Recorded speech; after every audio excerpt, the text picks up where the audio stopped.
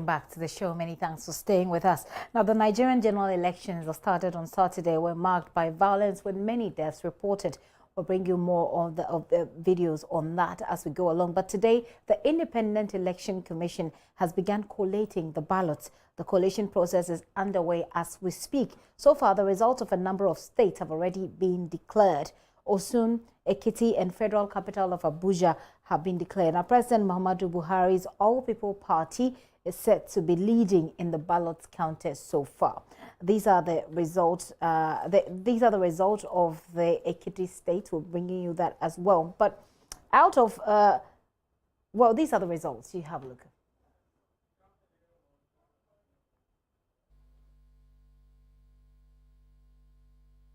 The person accompanying him and present the results for Ekiti state. The scope. Thank you, sir. The National Chairman of the Independent National Electoral Commission, all the national commissioners, distinguished ladies and gentlemen, my name is Idowu Olayinka, the Vice Chancellor, University of Ibadan, and the Coalition Officer for Ekiti State for the presidential election that held on Saturday, 23rd of July, 2019. I am Dr. Maleke Muslim, the Administrative Secretary, INEC Ekiti State.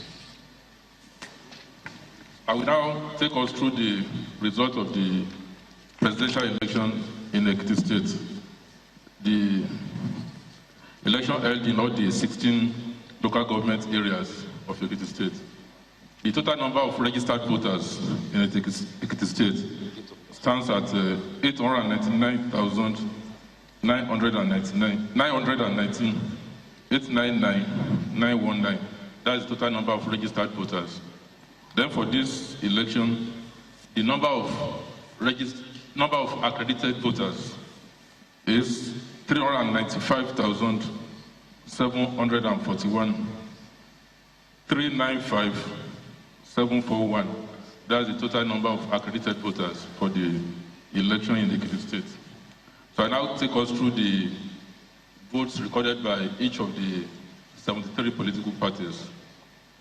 A, 21 votes. A, 21 votes. AA, 20 votes.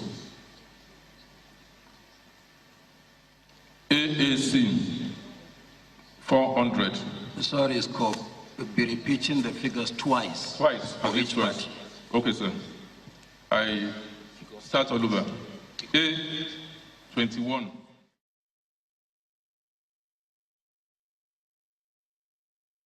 So those are results so far being declared from Osun, Ekiti, and the Federal Capital of Abuja. We'll be touching base with our partners, Channels TV, for more of what's happening at the moment. But the election was to be held, of course, on the 16th of February. It was then postponed for 1 week, just hours after the opening of polls because of difficulties in delivering ballot papers, as officials stated as reasons. However, that postponement did not prevent the violence that occurred on the actual election day on the 23rd. An alliance of 70 civil society groups have put the death toll at 39.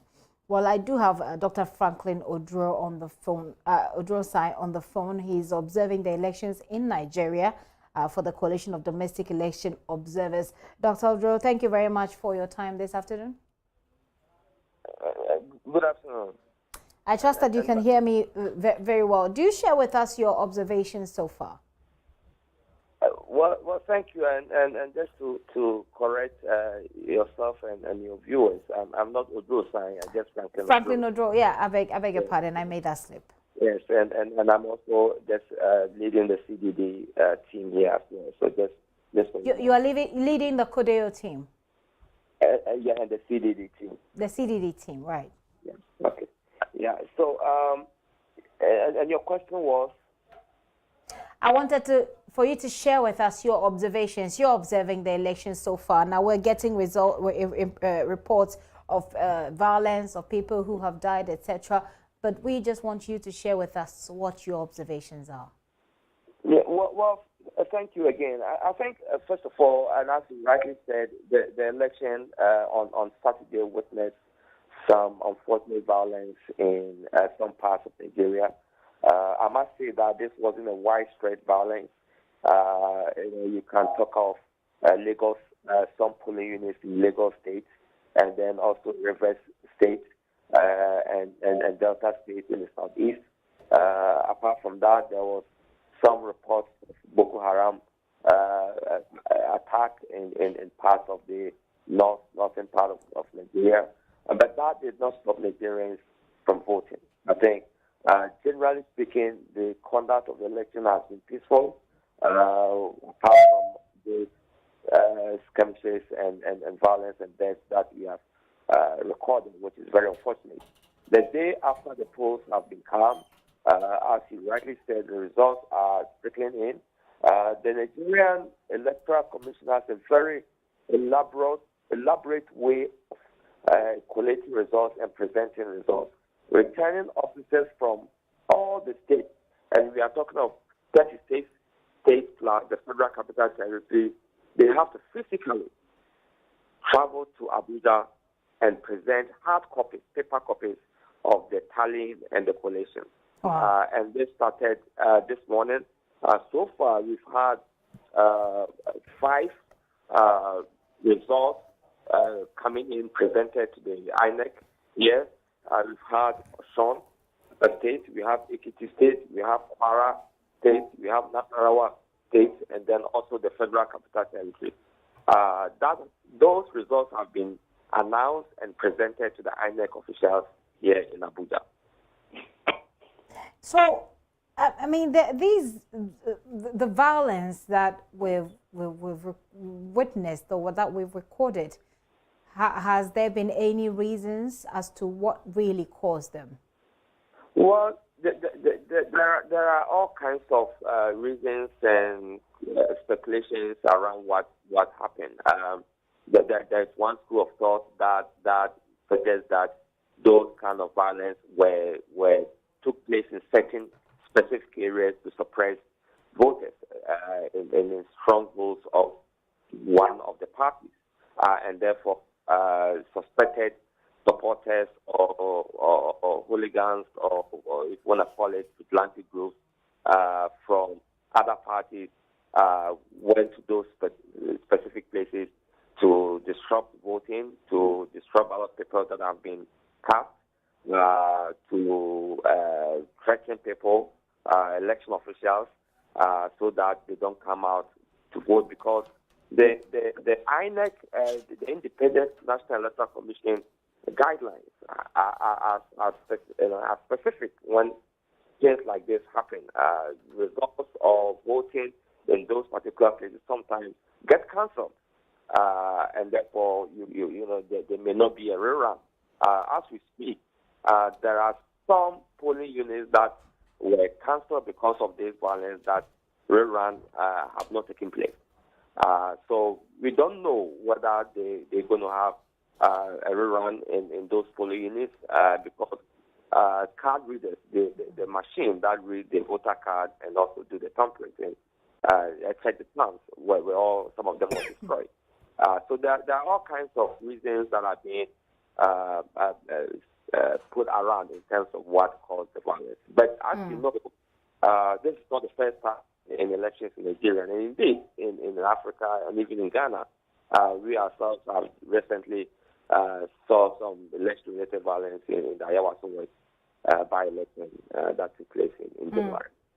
I mean, if you want to do the comparison between Ghana and Nigeria, what happened here, we're told even by the Electoral Commissioner that it was not even close to the polling station, even though it did disrupt voting for a while.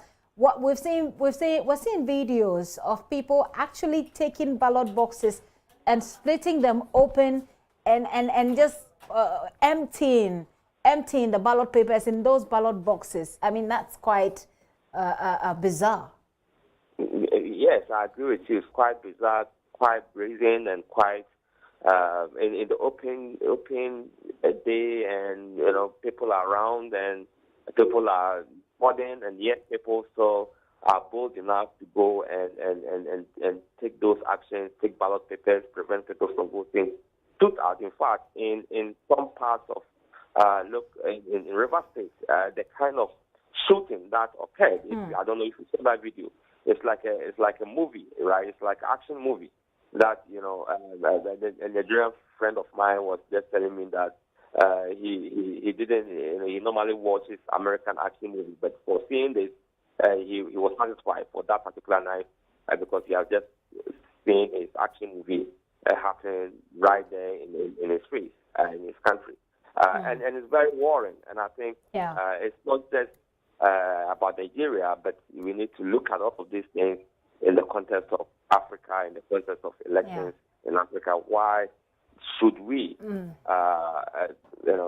behave this way in an exercise which is simply allow citizens to express their views in terms of who they want to govern them. And while all of this is going on, we also know that the election, the coalition is still going on, but this should certainly have some sort of effect on the outcome of the election. I mean, as far as acceptability of it is concerned.